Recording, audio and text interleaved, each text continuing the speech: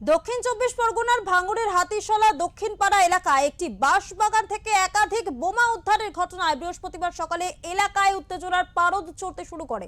স্থানীয় সূত্রে জানা গিয়েছে, সকালে কয়েকজন বাসিন্দা বাঁশবাগানের ভিতরে সন্দেহজনক কিছু বস্তু দেখতে পান। প্রথমে বিষয়টি নিয়ে কৌতূহল থাকলেও পরে আতঙ্ক ছড়ায়, কারণ বস্তুগুলির আকার ও অবস্থান দেখে বোমা বলে সন্দেহ হয়। সঙ্গে সঙ্গে পুলিশে খবর দেওয়া হয়। পলিরহাট থানার পুলিশ এসে বোমাগুলি উদ্ধার করে এবং সেগুলি নিষ্ক্রিয় করার জন্য বিশেষজ্ঞ দলকে খবর দেয়।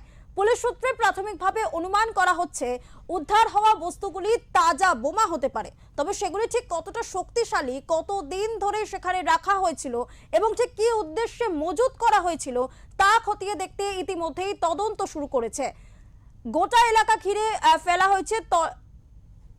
গোটা এলাকা ঘিরে চলছে তল্লাশি, যাতে আরো কোনো বিস্ফোরক মজুত রয়েছে কিনা তা নিশ্চিত হওয়া যায়।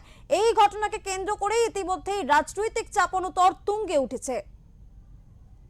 অন্যদিকে আইএসএফ এর অভিযোগ রয়েছে, তৃণমূল কংগ্রেসের কর্মীরাই এলাকায় অশান্তির সৃষ্টি করার উদ্দেশ্যে এই বোমাগুলি মজুত করে রেখেছিল।